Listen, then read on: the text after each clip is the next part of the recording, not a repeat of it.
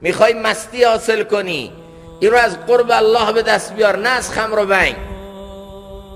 میخوای جنتی تجربه کنی، قربی تجربه کنی، خدا طالب توه، خدا تو رو دوست داره، تو گدای کی شدی؟ تو در کیو میزنی؟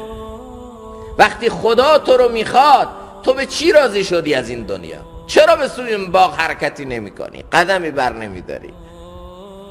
به گناه گرفتاره، به معصیت گرفتاره، به فسق و فجور گرفتاره، به شهوت پرستی گرفتاره. خب مسلم این دوتا با هم جمع نمیشن. هم خدا خواهی و هم دنیای دون، این خیال است و محال است و جنون. میشه؟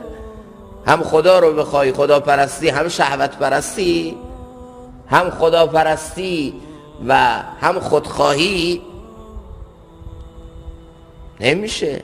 از این زکام هم خودتو حفاظت کن، اما از این طرف دفع زکام هم بکن. انسان وقتی زکام میگیره بوها رو تشخیص نمیده.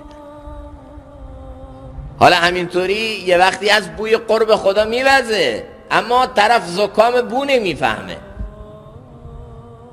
بوی نماز، بوی سجده، بوی هم کلامی الله، بوی دل دادن به الله به مشامش نمیرسه. چرا؟ چون زکام معنوی گرفته اینو.